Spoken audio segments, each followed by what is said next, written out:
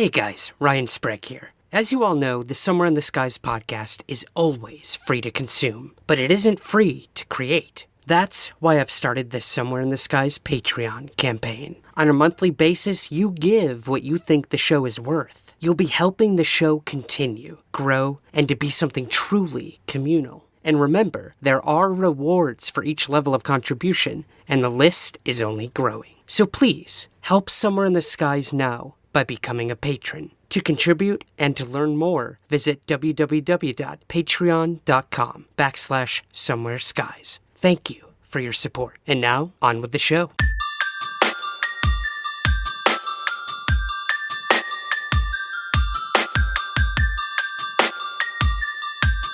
This is Somewhere in the Skies with Ryan Sprague.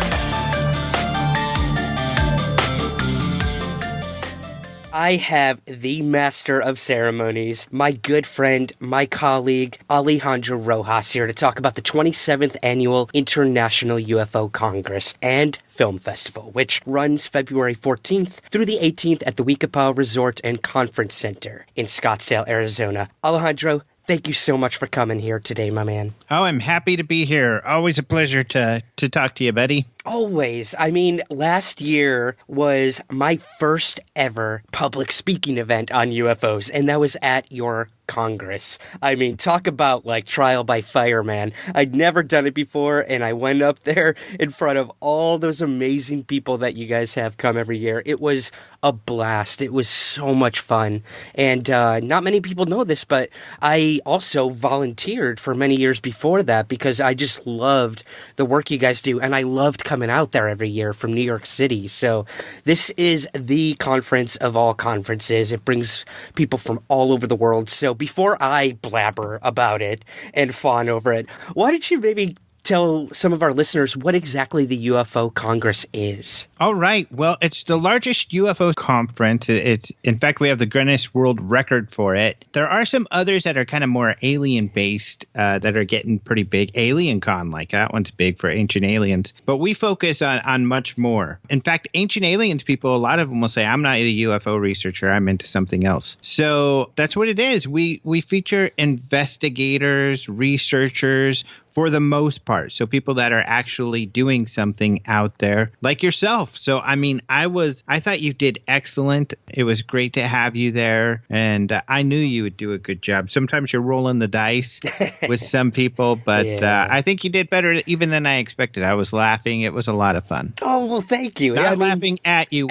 With me. I appreciate you making that that right there. Yeah, there's a big difference for sure. But the crowd was so welcoming, and you guys, you know how to treat your speakers and your guests, and it's just such a professional conference from the minute you get there to the minute you leave. It's just an enjoyable experience, and you learn something. Which is the most important part. Everyone can learn something and benefit from something like this because you bring speakers about all different types of topics, whether they're scientists or academics or researchers, whether it's the alien abduction phenomenon, UFO, space and technology. It brings all these people together who have a passion for these topics and just want to hash it out, you know, have conversations. And you guys do a wonderful job, too, with having panel discussions. It doesn't just end with someone telling you what to think. It's let's ask questions, let's debate, which I think is very important as well, and have a good time while we're doing it. So I will definitely, I can tell you this right now, that now that I live in Los Angeles, I'm hoping to get out there for at least a couple days this year. So that'll be really exciting. I'll be back on the other side now in the audience, so that'll be great. But yeah, before we go any further, let's maybe go through some of the lineup you have here. I'm looking at the guest list, and it is pretty jam-packed, my man, with some really amazing people. Let's see, who do we got? We've got Linda Moulton Howe is coming. She's going to be talking about military whistleblowers. That's pretty interesting. How long has it been since she last spoke? It's been a few years. I think it's been I think she was at the first one we brought here, 2011, and that was probably the last time she's spoken at the Congress. So it'll be interesting to hear her again. I just heard her. I've been to a couple of places where she's been. For instance, I think I was at a MUFON symposium before, and then in Roswell last year. So yeah, people love to hear from her. She's been doing this for a long time. So, and it's kind of interesting that she's speaking of whistleblowers, considering, what's going on this year and everything. But so we'll see what happens there. Absolutely. I look forward to that. I mean, she's one of the, no matter what you think of Linda Moulton Howe, she's one of the most hardest working journalists, investigators out there. Another one that really hit close to home for me was Cheryl Costa from Syracuse, New York, my hometown, my newspaper that I grew up reading. She works for them, and she has a UFO section on their website, which is incredible. For those who don't know, she wrote an extremely extensive book this past year that, blew up, was all over the media. Yes, we had a recent New York Times article about UFOs, but Cheryl had one earlier this year as well. So I was really happy to see that she'll be there too. Yeah, I think what she did was pretty extraordinary. I mean, the book was a huge effort. I interviewed her, I'm sure you did, for the last couple of years as she's been working on it. And it's taken a long time to compile all of that information together.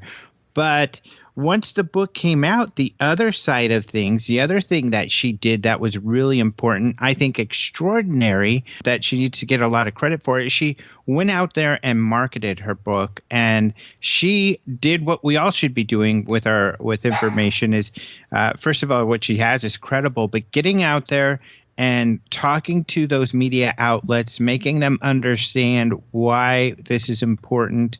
And then luckily she had success in New York Times and many, I put up these headlines practically every day of UFO stories in the news. And all over the country, even in some other countries, there were stories about her book. And one of the reasons why is they can open it up and look at it and say, okay, Mesa, Arizona, what sightings were out here? And they can find that out. So it's a great handbook. It inspired a lot of very credible discussion around the country about this topic, prior to the New York Times recent article. And so she did something very important, I think, and I'm really proud of her, and it's going to be fun to have her back and talk about that experience. Absolutely. She is a very passionate journalist and speaker. I actually met her for the first time at your conference when she was speaking, and I had no idea she was from my hometown. So, I mean, we're like best friends now. She goes to my parents' house to have like coffee and tea. It's amazing. Really? And talk UFOs, something my parents never had a keen interest in, and now they're in, man. They are all in. So wow, we've got some converts over at the Sprague household for sure. How cool. So another really interesting thing you got going on this year is the Travis Walton panel. Now we've got Don Walton and Chuck Ellison, two members of this case that really haven't spoken that much about it publicly. So could you tell us a little about what to expect with this one, Alejandro? Yeah, this one's really exciting. We're going to have, it'll be kind of like a panel, but they each get to share their experiences because they both had an important part of this case. So Travis is one person we have back almost every year, which is rare because we usually like to wait every 3 years or so before we have someone back, which forces us to have fresh new speakers all of the time.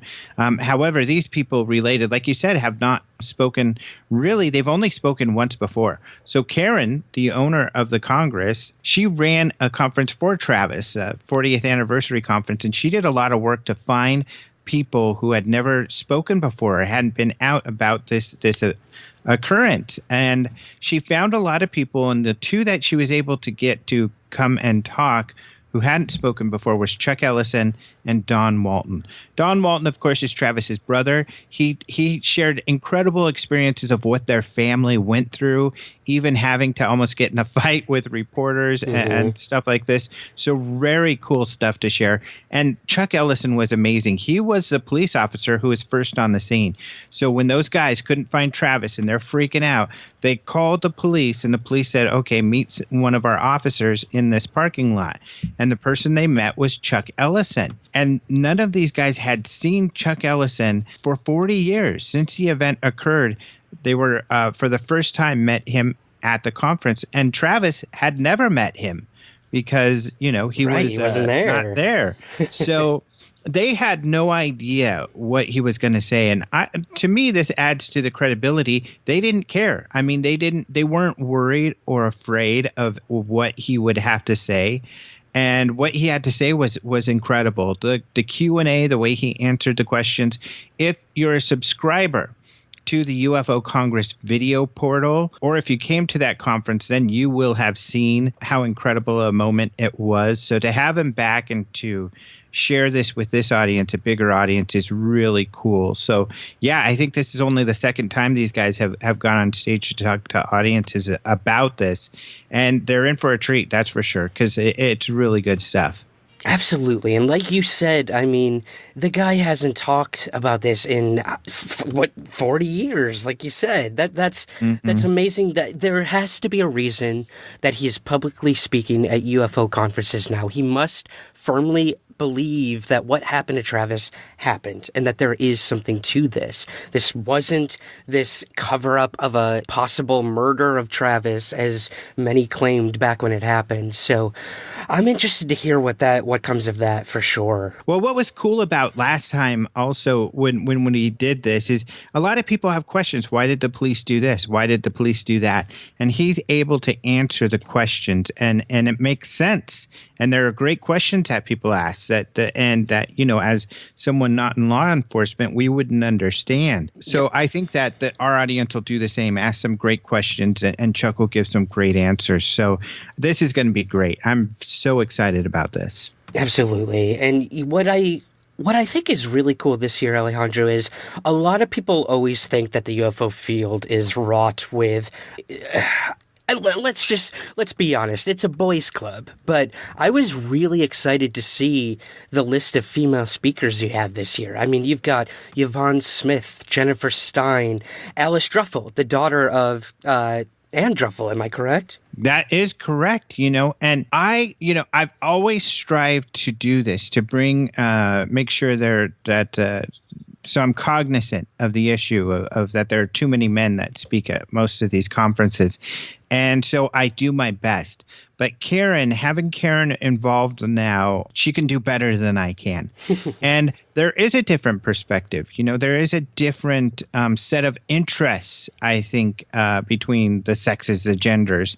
And so we do have a larger representation. And I think as long as Karen's involved, we will have that. And so that is a positive, because I think there has to be that balance. So, yeah, we have a lot more female speakers. Yeah, you have Susan J. Palmer, which is one I'm really, really looking forward to. Now, I know last year you spoke about aliens and religion, and this seems like a really cool one. She's going to be talking about the contactee movement and cults, the case of Rael, prophets of UFO religions. This is a sociological perspective of the alien phenomenon that not many people are familiar with. So this is one I'm really looking forward to hearing, hopefully in person. Again, fingers crossed. Yeah. Are you excited about this one as well, having spoken about what you did last year? Yeah, my talk was about religion. You're right. And so she speaks on UFO religions, and she had seen my talk, and she had sent me a note and said, I think you would think, this stuff I'm working on is really interesting. And so I brought her on the podcast, and she was really interesting, because even though she literally embedded herself with the Raelians, she joined their group and got to know them. And she also uncovered other interesting organizations based on UFOs or aliens. And I think that's really important to look at the sociological aspect. And I think people will be surprised. She is an academic. She's a professor in Canada. But she isn't going to just poo-poo or be negative. She's actually a very positive person, and she likes to try to understand people.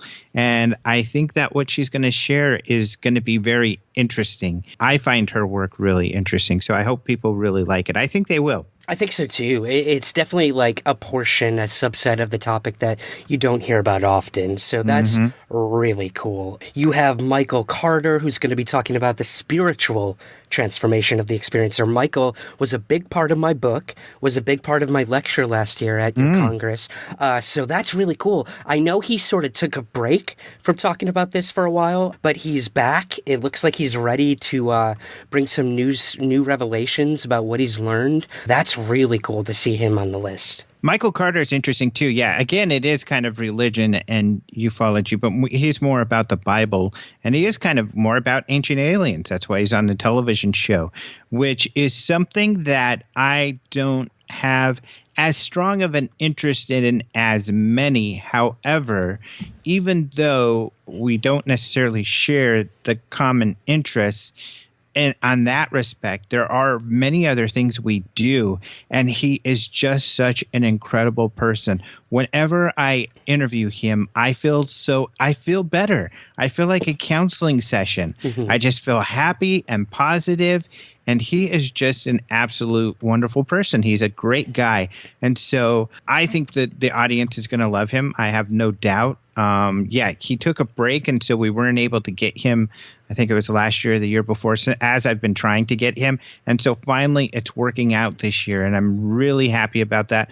I'm just happy to have his energy at our conference because, he's a positive force with a big smile all the time. And I know if I ever feel down, I'm going to be able to go talk to him and just feel great. So, yeah. And the audience, a lot of people have an interest in the ancient alien stuff. And so they're, David Hatcher Childress luckily lives nearby. We have him a lot.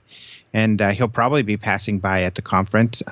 We get to luckily, mingle in the same circle, so we get to hang out with him on occasion. But Childress is always very popular when he comes to the conference. So this will be a lot of fun. I'm so happy to have Michael. Absolutely, man. And then, you've got some veterans that, never let us down. You've got Mr. Bassett's going to be there. Got William Burns. You got Don Schmidt. That's awesome.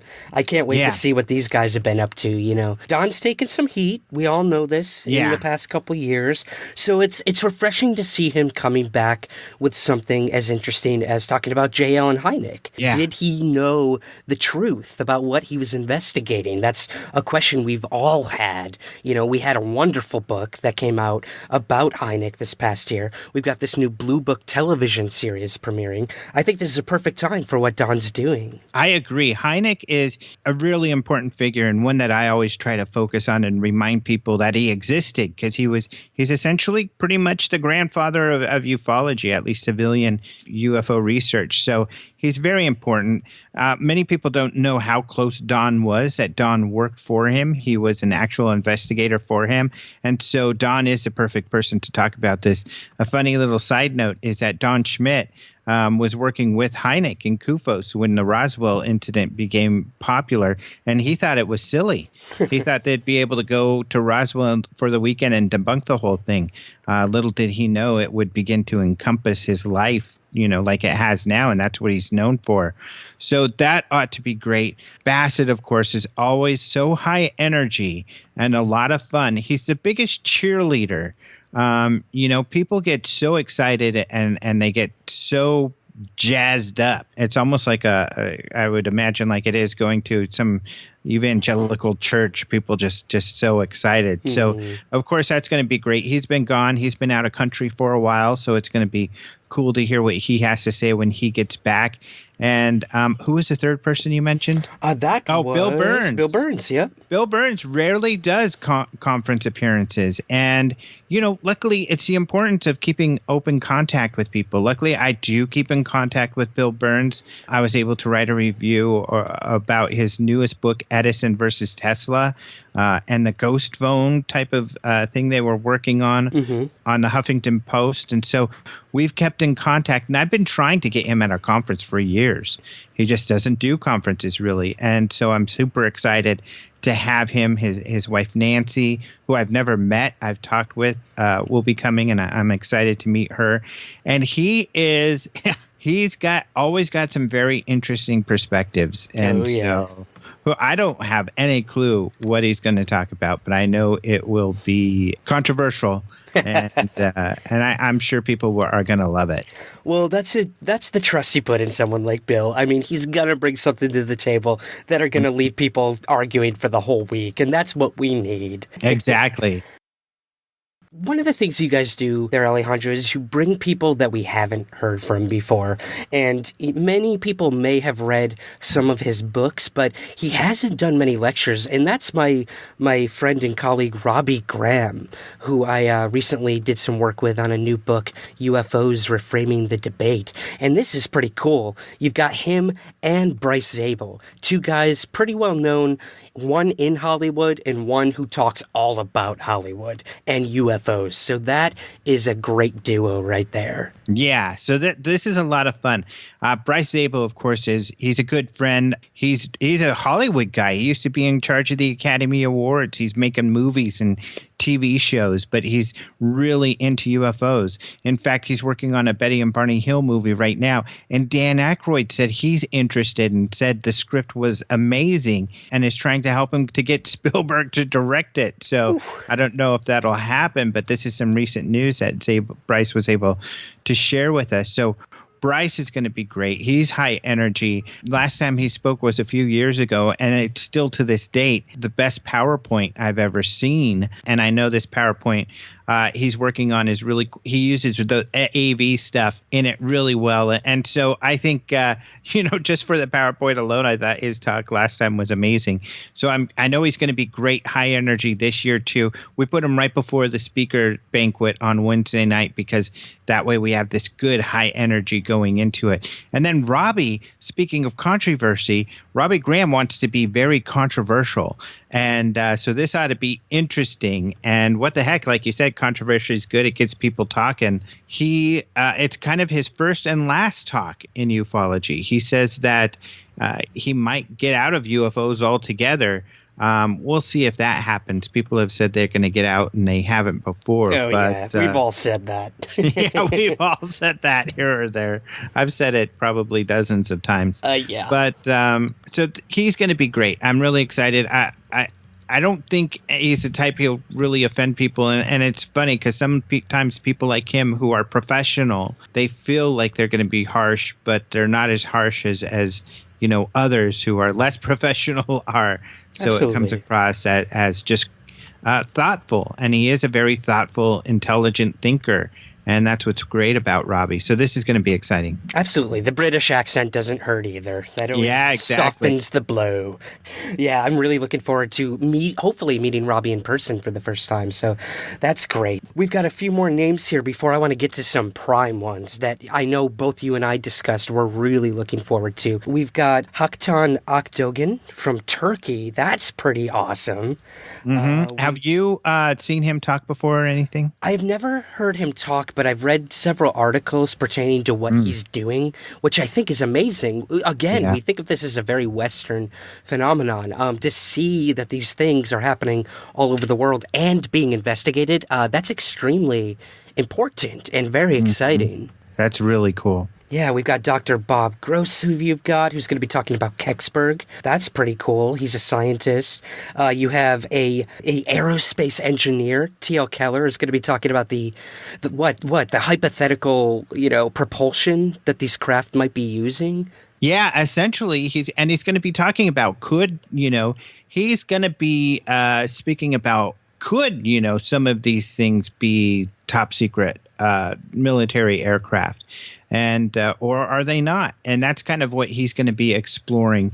And he's an engineer, an aerospace engineer, so he's definitely the type of person who is qualified to speak on that topic.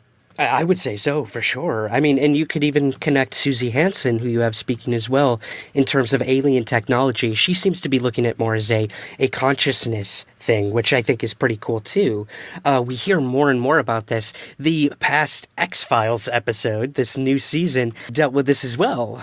Uploading a consciousness to something, and this is how people can communicate and travel if their body has moved on. These are things that are extremely fascinating and things we don't necessarily always connect to the UFO phenomenon. So that's pretty cool too. Again, getting different perspectives is what I think is important and what you guys do best. Exactly. And they are very different perspectives. For instance, especially these two you brought up, Dr. Gross is going to be debunking essentially Kecksburg. But he has some very compelling information, and he's got and he's found some other interesting things that he wants to share. Now, he is a UFO investigator. He believes very strongly that this phenomena is a real deal. But like the rest of us, when we investigate cases to kind of demonstrate that they're genuinely mysterious, and then we find out otherwise, we also get excited to share that information. So I think that he'll be controversial. And, of course, Susie will be controversial because she's going to be talking about speaking with aliens and alien abduction and stuff like that. She's all the way from New Zealand, so it's a rare treat for people to get to meet her personally.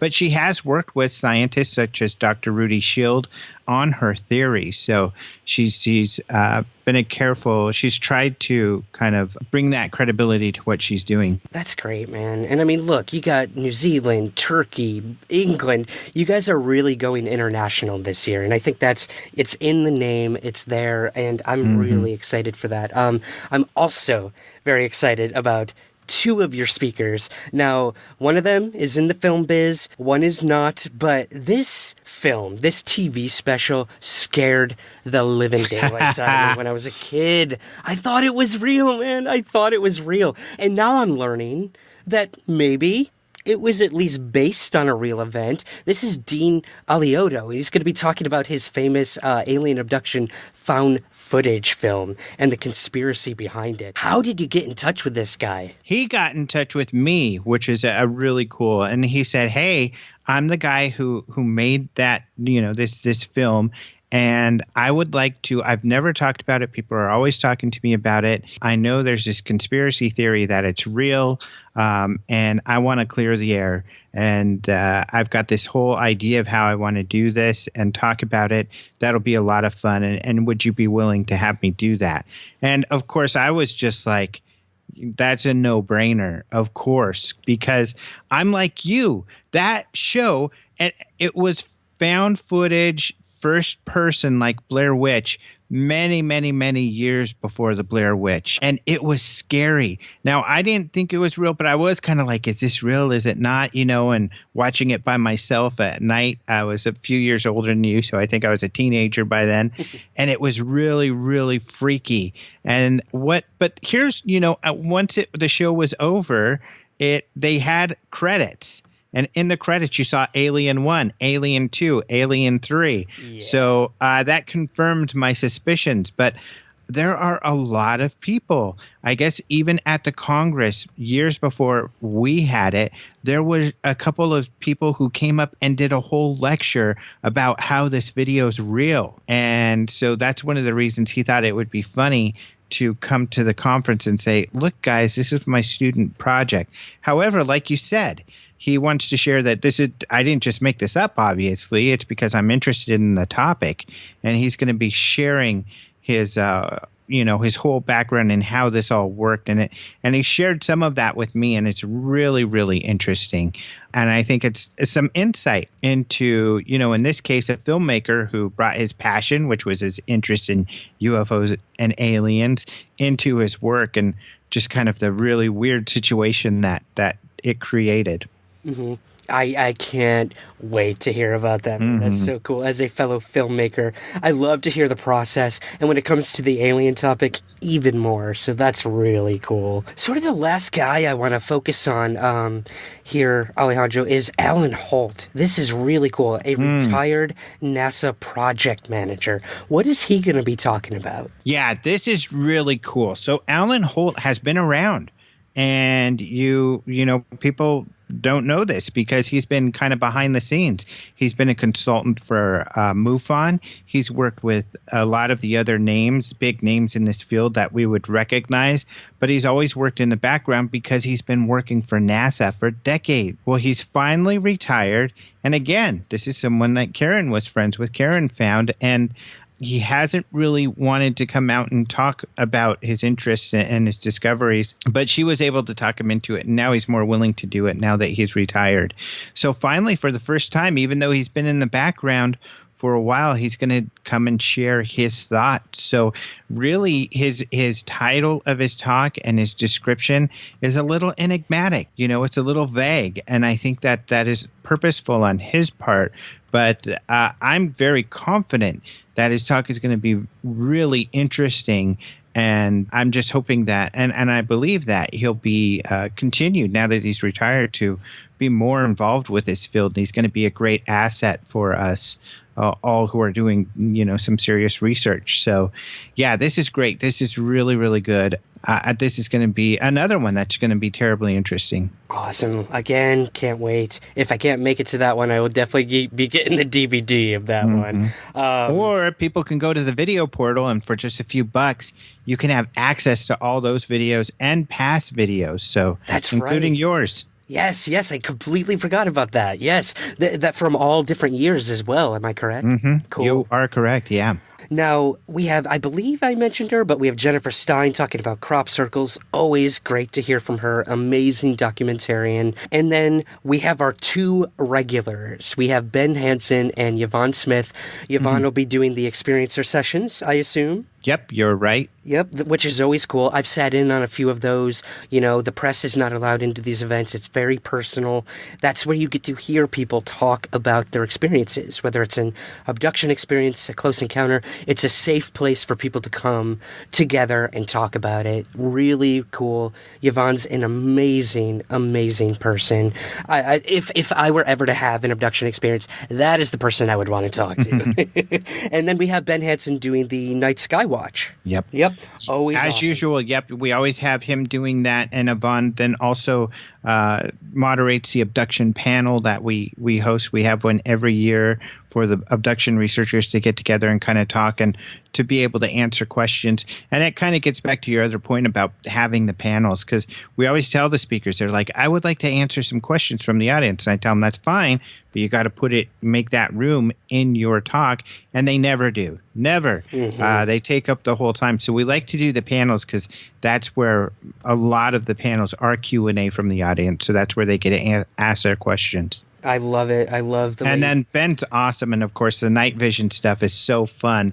And of course, if you're in the market for some night vision equipment, he can advise you and even sell it to you. It's so cool, and you get to test it too. And no matter what, you are going to see something. That is a given. What that something might be, of course, that always remains, enigmatic, but you will see something. So definitely check that out if you can. So before we get to the big news of the conference, Alejandro, I want to talk a little bit about the film festival. Now, this is what I helped with every year. I helped run this, and it's so much fun to see all these amazing films about aliens, UFOs. So I'd love to hear, what do you got for us this year that you'll be screening at the conference? We have a lot of films, and I haven't had the time, and I'll get this up hopefully tomorrow, a list of the films that we've got for, because we do have them finalized at ufocongress.com. So we've got like 7 short films and 3 long-form films. And the production value is really high on the films this year. About half of them are narratives, so they are fictional movies, but they're really interesting. And then the other half are documentaries. Documentaries typically do better at the conference, so we'll see what happens. But some really interesting entries. And I think there's only one person in our list of films that has submitted a film before. And that's a lot of fun because a lot of times we have the same filmmakers coming back, but these are all new people. So really good stuff. We've got, documentaries on secret space program, on consciousness and ET, contact, on disclosure, on a lot of different things and some comedies. We do have a couple people, Joshua Warren, who's a well-known paranormal researcher. He submitted a short film. And then also Oliver Marshall. I don't know if you remember him, the guy from England, has the accent, the younger guy, I think he's bald, and he would come and to the conferences all the time. And he actually shot a film and finished it. He's been working on this for years. Used to go to all the UFO conferences. And so I'm really excited for him that he's finally finished this. And you can tell he put a lot of work into it. And I think especially you as a filmmaker for a first film, I think it's impressive.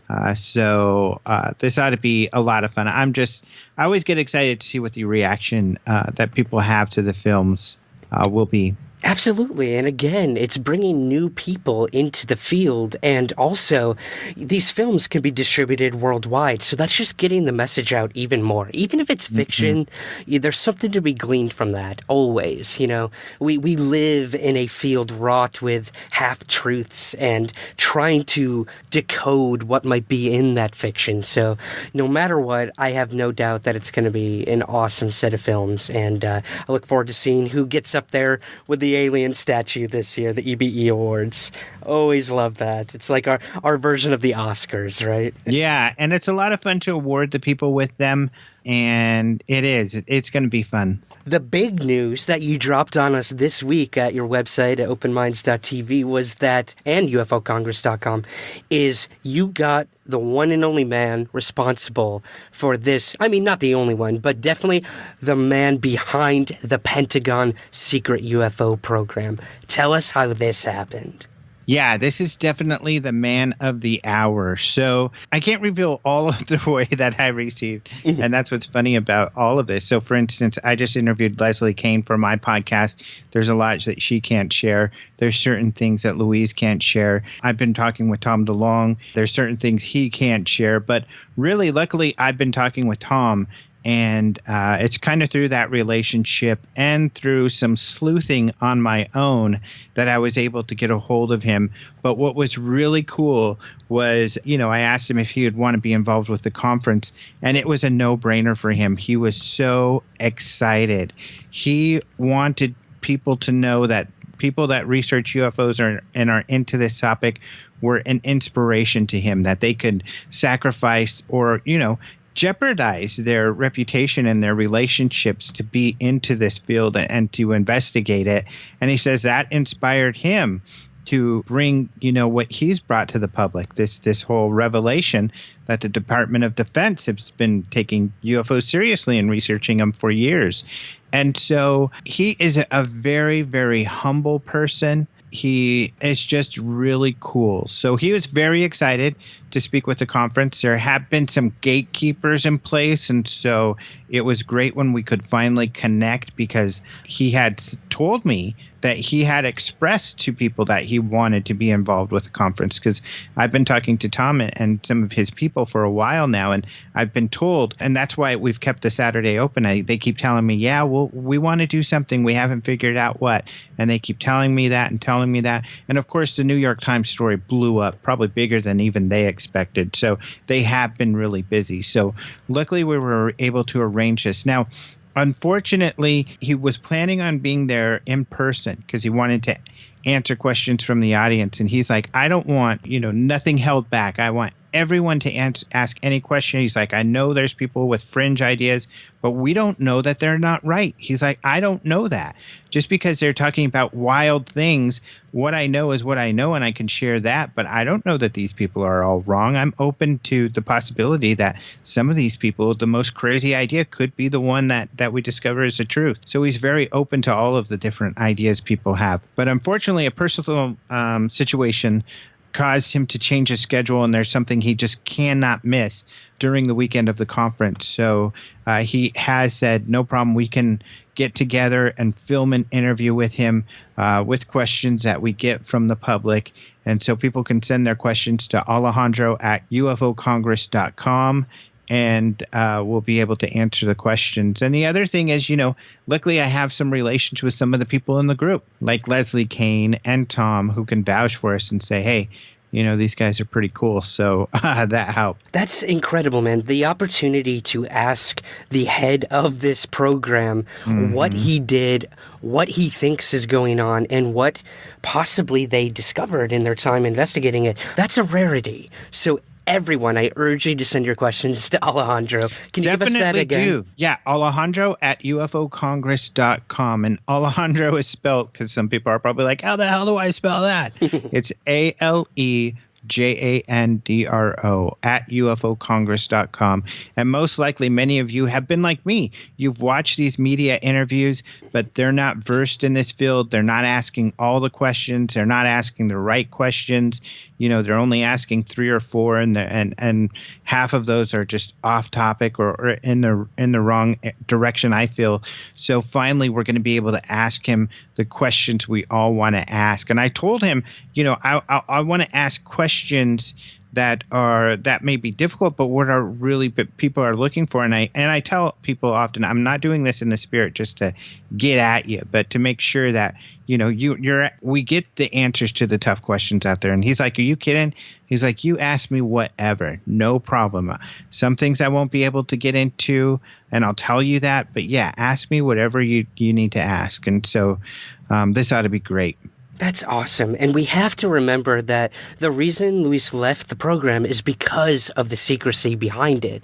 So, you know, the fact that he has brought this forward means he wants to talk about it as truthful as possible. So I think that's amazing. Hopefully this will be a springboard as Tom and To the Stars continue to do what they're doing. For all the flack we've given DeLong throughout all of this, you know, the guy is producing. So we have to keep that in mind. Yeah. He really is. And I've gotten so much crap this year for giving him that award a year ago, Researcher of the Year. Although I have not second guessed that at all. For me, it's still a no-brainer that he received that award for the reasons we outlined in that video for the award.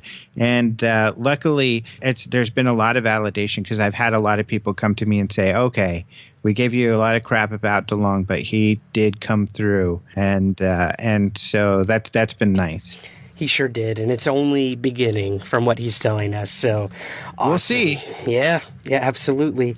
Oh my gosh, man. I'm like hyperventilating at all these people you got this year. Whew, you really hit it out of the park. I'm excited to see what comes of this. Give us the information on where we can get tickets and when this is happening once more, if you will. Yeah, no problem. So you can go to ufocongress.com to get tickets, and you'll want to go there as soon as possible, because the rates will go up in just a couple of weeks. So after January 27th, the rates will go up. So in order to get a major discount, go get your tickets right now at ufocongress.com before January 27th. So it's going to be a lot of fun. And just so people know, we have a host of hotels around, because really our conference is kind of like a Comic-Con or something. You know, we fill up the host hotel before we even list the speakers. So this year they filled up in August. But luckily there's a number of hotels around, and we're able to work with many of them to get discounts. So some of the room rates are really low. In fact, some of the room rates, you can get the low room rate, rent a car for just a few bucks a day, and you'll come out ahead. You'll save, and you'll be able to have a car so you could go places if you need to. Still very affordable and great places around that people can stay at. And you can go to the lodging page to see that. Perfect, and that's at ufocongress.com. Guys, make the trip. I flew from New York City every year to do this. You can do it. It's amazing. It's worth the week. Take a vacation. Do it. Learn something. I cannot speak enough praise for what you guys are doing over there, Alejandro. I look forward to seeing you, hopefully in a few weeks, and best of luck with everything, my man. Thank you so much for coming on to talk about this today. Thank you. Thank you for having me, and I look forward, very forward, as usual, to seeing you again.